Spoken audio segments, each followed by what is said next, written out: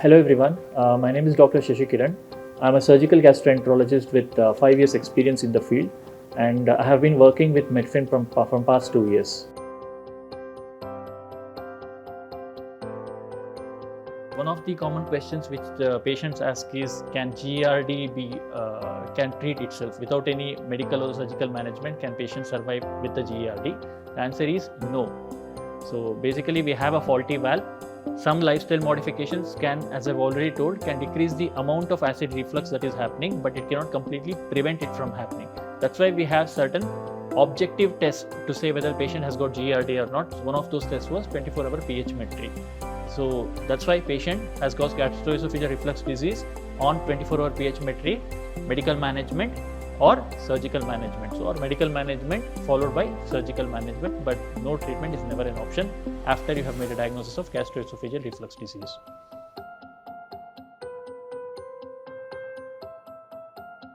Again, coming to the healing part of the lower end of the esophagus. Once the patient is started on medical line of management, if the reflux is not that much severe and with lifestyle modifications, within a month or two, there should be some healing of the esophagus already would have started. So again, given that patient is taking a regular medical management with lifestyle modifications, or patient has undergone surgical management wherein the reflux comes down to less than 90% of the time of the amount of the reflux will be gone if the patient undergoes the surgical management. Even in this scenario also, about a month or two for the esophageal ulcer to heal.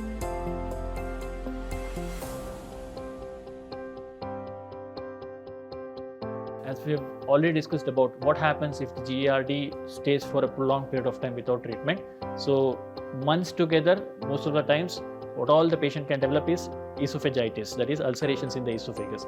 If left untreated for years together, 10 years, 15 years, eventually there are chances that patient can develop cancer in the lower part of the esophagus because of the repeated exposure of acid to this region and ulceration. So it will take years together, but the chances are always there that a cancer can form in a patient with gastroesophageal reflux disease.